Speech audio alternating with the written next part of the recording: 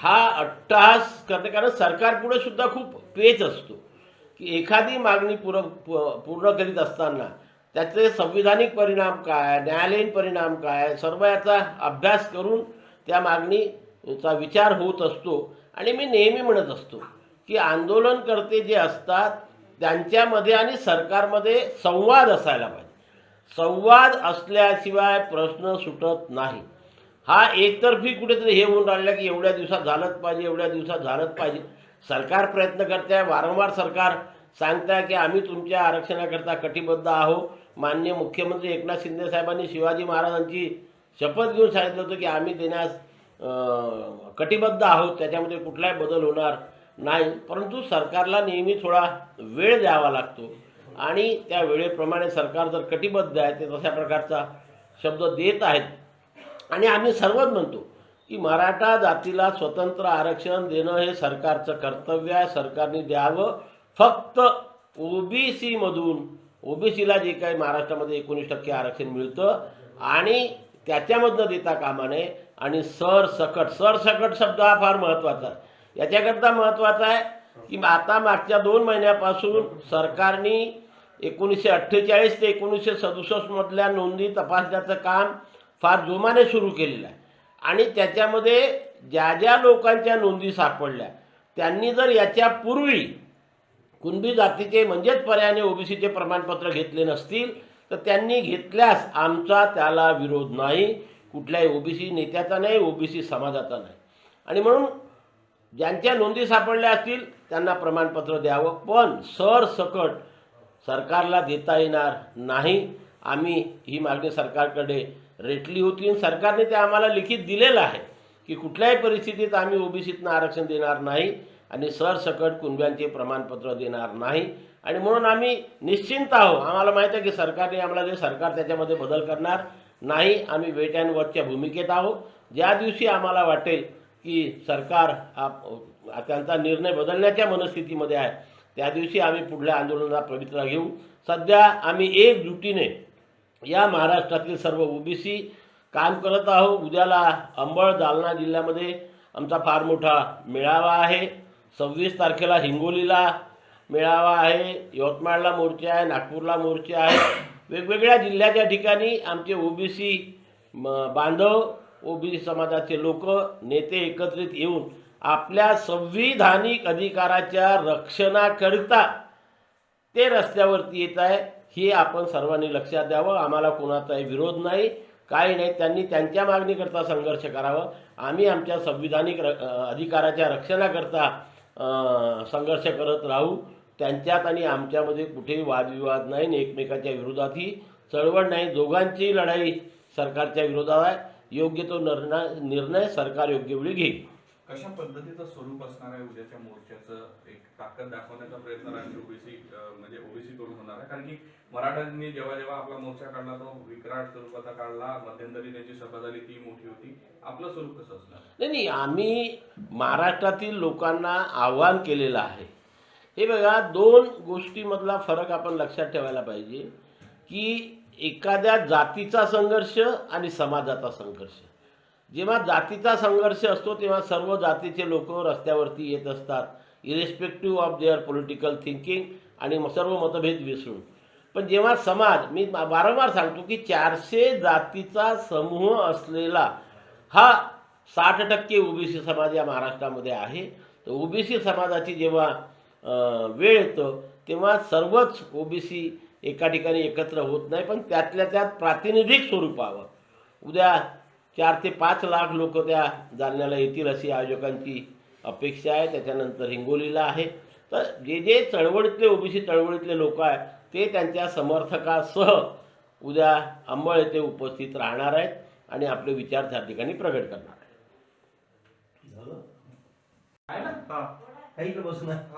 Sir, ज्या पद्धतीनं जरांगींची आता भाषा होत आहे की 70 वर्षापर्यंत आम्हाला आरक्षण मिळालेलं नाही, ते आम्ही छातड्यावर बसून घेऊ, कसं पाहता तुम्ही या पद्धतीची जी भाषा सध्या बोलत आहे? नाही, ही जी भाषा आहे ही भाषा वेगळ्या पद्धतीची भाषा झालेली आहे. मी वारंवार म्हणत असतो की 70 वर्षापासून आरक्षण कोणी त्याचं छिनलेलं नाही आहे. हा देश संविधानाप्रमाणे चालत असतो आणि संविधानामध्ये ज्या तरतुदी दिलेल्या आहेत त्या सर्वांना स्वीकृत कराव्या लागतात, ॲक्सेप्ट कराव्या लागतात.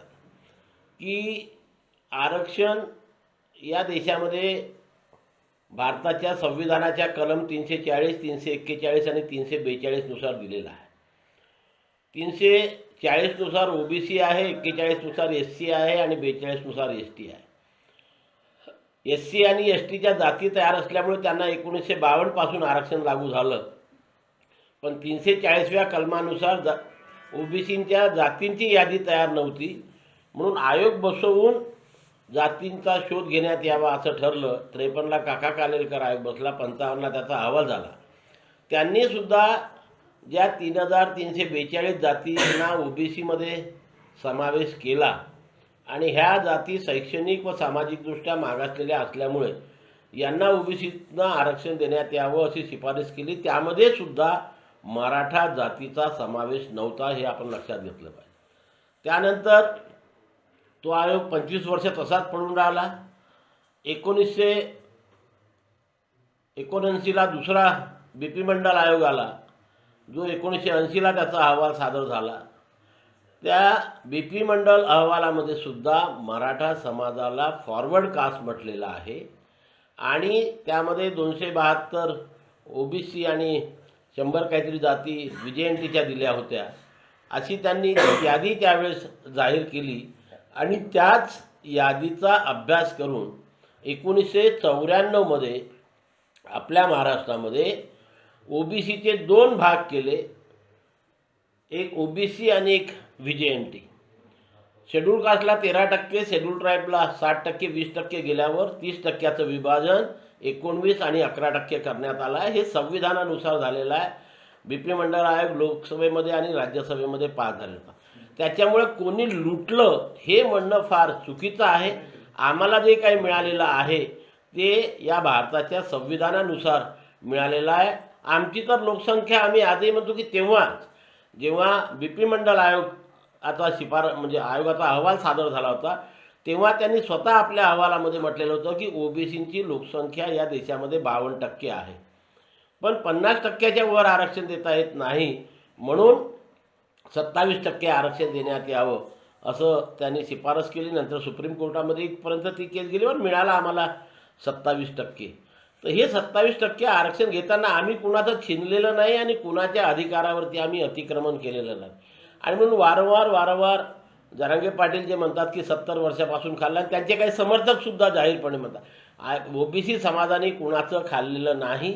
त्यांना जर ओबीसीमध्ये यायचं आहे किंवा येण्याचा प्रयत्न झाला वारंवार, खत्री कमिशन आहे, बापट कमिशन आहे, त्याच्यानंतर राणेसाहेबाचा अहवाल, आता गायकवाड समितीने तर मराठामध्ये मराठा कुणबी, कुणबी मराठा, मराठा कुणबी, लेवा पाटील, लेवा पाटीदार आणि लेवा कुणबी असे 7 जाती मिळून 30% लोकसंख्या दाखवली.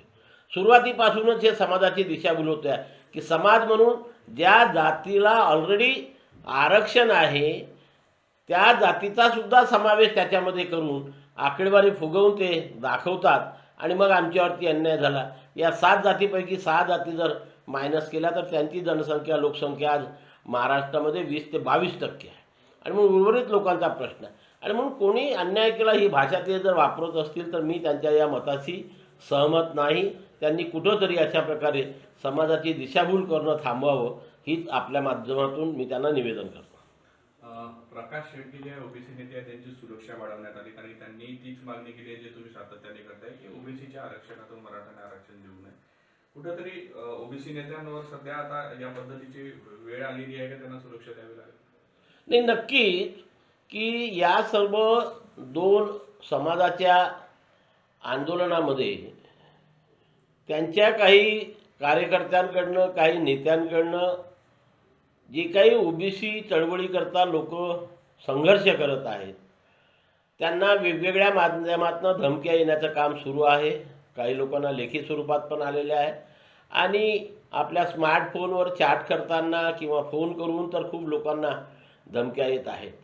आणि अशामुळे या धमक्यांमुळे त्यांना जर थोडी असुरक्षितता वाटली असेल आणि त्यांनी सरकारकडे सुरक्षेची मागणी केली असेल, मध्यंतरी या राज्याचे माननीय उपमुख्यमंत्री सन्माननीय देवेंद्रजी फडणवीस यांच्याकडे सुद्धा लोकांनी मागणी केली होती की बा ओबीसी नेत्यांना संरक्षण देण्यात यावं, आणि म्हणून त्यांच्या अभ्यासाअंती जर त्या आमचे शेंडगे साहेब हे असुरक्षित वाटले असतील तर त्यांना सुरक्षा दिली असेल तर फार चांगलं आहे. मी सरकारचं अभिनंदन करेन.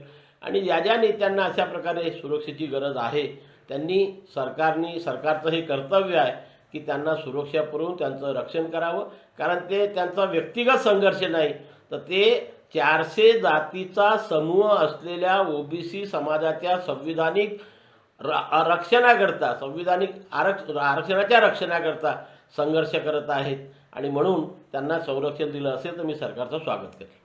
2 दिवसापूर्वी विजय वडेट्टीवार यांनी सुद्धा मुख्यमंत्र्यांना मागणी केली होती की त्यांना एक संरक्षण द्यावे. ही भीतीचं वातावरण निर्माण करताय, दबाव एक प्रकारचा वेगळ्या पद्धतीने निर्माण करताय. नक्कीच होऊन राहिलेला आहे. काल मला आमच्या अंबळच्या एका कार्यकर्त्याचा फोन आला. त्या कार्यकर्त्याला सुद्धा वेगवेगळ्या प्रकारे टॉर्चर करणं सुरू आहे. मग हे नेते तर सोडून, नेत्यांना तर आता माननीय विरोधी पक्ष नेते विजयजी वडेट्टीवार त्यांनी तर स्वतः पत्रकार परिषद घेऊन आणि माध्यमांना सांगितलेलं आहे की मला धमकी आल्या आहे. त्यांनी त्यांचे फोन पण दाखवले, फोन कॉल पण दाखवलेले आहे. आणि अशाच प्रकारे हे चुकीची पद्धत आहे.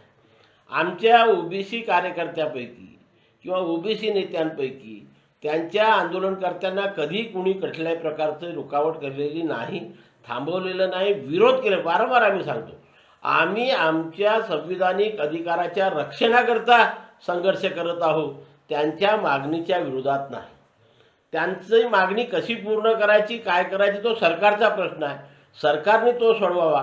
पण ते जर आम्हाला त्यांचे विरोधक समजत असतील तर माझी मराठा आंदोलकांना एक निवेदन आहे की त्यांनी आम्हाला विरोधक समजू नये. आम्ही त्यांच्या कुठल्याही आंदोलनाला कधी विरोध केलेला नाही आणि करणार नाही. त्यांनी त्यांची मागणी सरकारपुढे मांडावी. ती कशी सोडवायची हा सरकारचा प्रश्न आहे. सरकार आणि त्यांच्यामधलं भांडण आहे. आमच्या संरक्षणाचं आमचं आणि सरकारमधलं भांडण आहे. हे म्हणून एकमेकांचे विरोधक आहे. हा जर गैरसमज कुठल्या आंदोलनकर्त्याचा असेल तर तो चुकीचा आहे. तो त्यांनी दूर करावा आणि याच्या पुढे ओबीसीच्या कुठल्याही कार्यकर्त्याला, कुठल्याही नेत्याला धमकावणं हे मराठा आंदोलकांनी बंद करावं. सध्या ज्या पद्धतीने जरांगींनी म्हटले की मुंबई बंद पाडू, कुठेतरी देशाची राजधानी बंद पाडण्यापर्यंत त्यांची ह्या डिसेंबरपर्यंत आम्हाला जर मिळालं नाही तर आम्ही आक्रमक पवित्रा देऊ, सरकार कुठेतरी आश्वासन देत असताना ते विश्वास ठेवत नाही. हे बघा, आता कसं आहे की सरकारने त्यांना वेळ मागितला, यांनी सरकारला वेळ दिला, पण त्या टाईम बाउंडमध्येच ती मागणी पूर्ण